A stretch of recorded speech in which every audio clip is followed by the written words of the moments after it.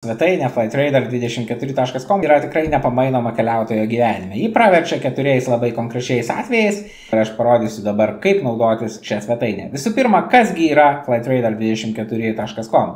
Šita svetainė rodo visus šiuo metu pasaulyje kur nors skrendančius lėktuvus. Ir taip pat visus oro uostus. Lėktuvai pažymėti štai melsvais arba gelsvais lėktuvo simboliais, o oro uostai štai tokiais mėlynais taškais. Ant kiekvieno lėktuvo galima nuspausti. Ir tada sužinai informaciją, kada jis turėjo pakilti, kada iš tikrųjų pakilo, kada nusileis, lėktuvo registraciją, lėktuvo modelį, kokiu greičiu skrenda, na ir daugybė kitų informacinių dalykų. Taip pat galima paspausti ir ant oro uosto ir sužinoti apie tą oro uostą labai daug informacijos. Kada tai praverčia labiausiai? Visų pirma, Flightradar24 tai yra pats patogiausias šaltinis, norint sužinoti dabartinius skrydžių grafikus. Galbūt tu pats turėsi greit išskrist, o galbūt laukia artimojo. Tai štai nuspaudė ant oro uosto, tarkim ant Vilniaus oro uosto. Ir šičia iš karto yra atvykimai, išvykimai.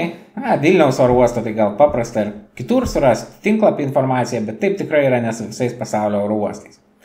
Ir štai paspaudžiam, pavyzdžiui, ant išvykimų ir jau matom, kurie lėktuvai numatoma, kad vėluos. Kartais šitą informaciją pateikiama dar anksčiau, negu tą informaciją siunčia avialinijos ir todėl pagal tai jau gali planuotis iš anksto, kad pavyzdžiui laiku greičiausiai nepakils. Pavyzdžiui, štai, kur žalia švieselė, tai šitie lėktuvai kol kas nenumatytas jų vėlavimas.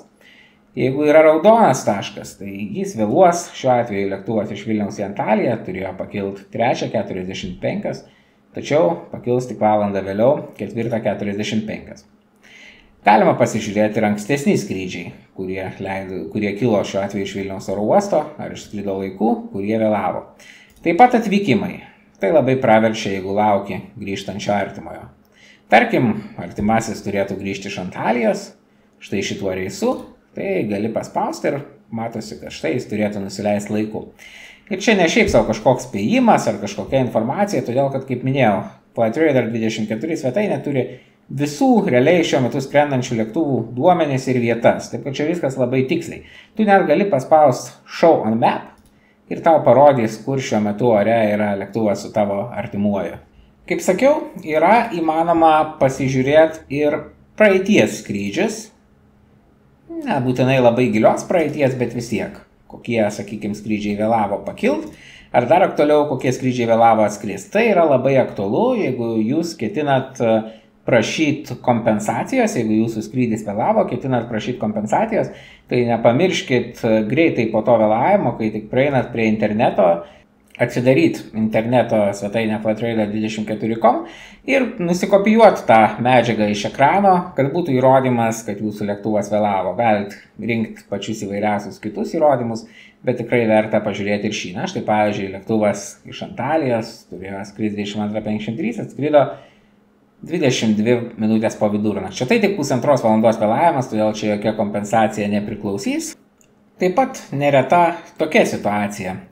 Atvyksti į oro uostą, sužinai, kad skrydis atidedamas, bet nežinai nei dėl ko, nei ar iš tikrųjų tikėtina, kad jis vyks tokiu laiku, kaip dabar tau sako, ar atidės jį ir vėl, nešneka apie kompanijas, nieko nežinai, būna kiti žmonės skundžiasi, klausinėja, kas čia vyksta, gal kas nors žino.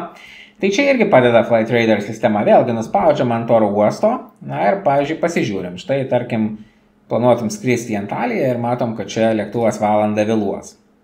Kokiu būdu galima sužinoti, kada jis galbūt atskris, kokios to vėlavimo priežastys, tai galima pasižiūrėti visų pirma, koks tai yra lėktuvas, tai štai paspaudžiam Aircraft Info ir šičia matom visus konkretaus lėktuvo skrydžius, kaip jis pastaruoju metu kur skraidė. Taigi šiuo atveju matom situacija yra tokia, kad tas lėktuvas pasirodo iš Antalijos skrenda į Vilnių šiuo metu, ir jisai turėjo pakilt 23:50, tačiau pakilo tik 1 valandą ir turėjo atvykti 2:55, tačiau atvyks tik tai 3:53, tai atitinkamai dėl vėlyvo atvykimo atidėtas ir išvykimas. Galim paspausti Live ir pažiūrėti, kaip realiai šitas lėktuvas skrido. Tai va, dabar skrido, ir dabar yra kažkur virš Rumunijos šiuo metu. Taip, kad tokiu atveju yra tikėtina, kad papildomai reisas nebus atidėtas. Todėl, kad jis skrenda. Kitas variantas būna, kad kai pažiūri, kad atidėtas reisas ir kur tas lėktuvas ir, pavyzdžiui, pažiūri, kad tas lėktuvas net nepakilo iš tos vietos. Tai jeigu dabar dar nepakilo ir vis dar atidedamas, tai galbūt yra ten kažkokios techninės problemos ir galbūt jis dar labai ilgai nepakils, tai gali būti dar tas reisas atidėtas ir atidėtas. Prisimenu vieną tokią įdomią situaciją, tai ten Žaliojo Kyšulio salose, salos oro uoste, laukiau skrydžio ir pranešė, aišku, kad skrydis vėluoja, vėlavimas vis ilgėja ir ilgėja, turėjo skristi Mindelo salą. Pažiūrėjau, kurgi tas lėktuvas ir lėktuvas paaiškėjo, kad iš Prahos salos turėjo atskristi čia, salą ir tada skristi į Mindelo oro uostą ir paaiškėjo, kad pakilo ir pamačiau iš toje programėlėje, kad greit apsisuko ir vėl grįžo į Prahą, galbūt buvo kažkoks gedimas. Flightradar 24 praverčia tikrai ne vien tik tai pažiūrėti, kur ir galbūt dėl ko atidėti skrydžiai. Viena vietų, kuris man praverčia asmeniškai labiausiai, yra kelionių planavimas, tai yra bilietų įsigijimas. Ne, Flightradar 24 jokių lėktuvų bilietų nepardavinė, bet čia gali suprast, kokie skrydžiai vyksta ir kokių bilietų ir kada verta ieškoti. Tai funkcija atrodo taip. Pavyzdžiui, norėtum kažkur nuskrist iš Madrido. Galbūt atgal į Lietuvą ar į kažkokią kitą šalį. Tai paspaudi ant Madrido oro uosto ir gali pažiūrėti apskritai visus reisus, kokie kada vyksta iš Madrido. Čia reikia paspausti More ir tada paspausti Routes. Štai, rodo visus oro uostus, iš kur skrendama iš Madrido. Tai galbūt dar nėra kol kas taip aktualu, bet dabar galima paspausti ant bet kokio skrydžio, pavyzdžiui, iš Madrido į Alžyrą šiuo atveju, ir pamatai, kada tas skrydis vykdomas. Tai pavyzdžiui, balandžio 25, tai reiškia tą pačią savaitės dieną, greičiausiai jisai bus vykdomas visą laiką. Kai kur kitur, aišku, yra daug skrydžių per dieną, kai kur vienas skrydis bet kasdien, tačiau aktualiausia šita funkcija, kai skraidoma ne kasdien, pavyzdžiui, tik tai kelis kartus per savaitę, nes tokiu atveju, jeigu tu Skyscanner sistemoje, apie kurią irgi turim padarę video, ar bet kurioje kitoje sistemoje, ieškosi bilietų, tarkim, balandžio 26 dienai arba tai savaitės dienai, kuri yra balandžio 26 diena, bet kurią kitą savaitę, tai tau rodys, kad tų bilietų nėra, lieps skristi persėdimų, gali būti kainos brangesnės, nepatogesnės, o pamatęs, kada realiai skrydžiai vyksta, tu gali ieškoti būtent tom savaitės dienom. Ir kaip sakau, tai aktualiausia, pavyzdžiui, kaip šiuo atveju skrydis į Alžyrą, kuris, vyksta tik tai kartą į savaitę, tai atspėt, ypač jeigu perki iš karto bilietus ir pirmyn ir atgal per Skyscanner, tai atspėt ir nustatyti abiem atvejais, kad tai būtų tą būtent savaitės dieną labai sudėtinga, o čia pasižiūrėjęs Flightradar 24.com, tu jau gali iš karto žinot, kuriom savaitės dienom žiūrėti, jeigu tau arba reikia tiesioginių skrydžių, arba skrydžių apskritai, nes kartais netiesioginių skrydžių tiesiog kainos ir persėdimo laikai būna nepriimtini. Aišku, dažnai Flightradar 24 sistema yra tiesiog įdomi ir graži pažiūrėti. Pamatai, kokiam trajektorijom skrenda lėktuvai, ją dažnai naudoja įvairūs žurnalistai, pavyzdžiui, nes atskleidžia visokių įdomiausių dalykų. Pavyzdžiui, dabar, vyksta karas Ukrainoje, dalis oro erdvės uždaryta ir matosi, kaip lėktuvai apskridinėja šitą oro erdvę. Taip pat įvairių kitų konfliktų atvejai. Čia tikrai įdomus skrydis iš Egipto į Rusiją, tai visų pirma apskrenda Sirijos oro erdvę, vėliau apskrenda Irano oro erdvę ir galiausiai apskrenda Ukrainos ir dalies Rusijos oro erdvę, tai skrenda tikrai labai netiesiai.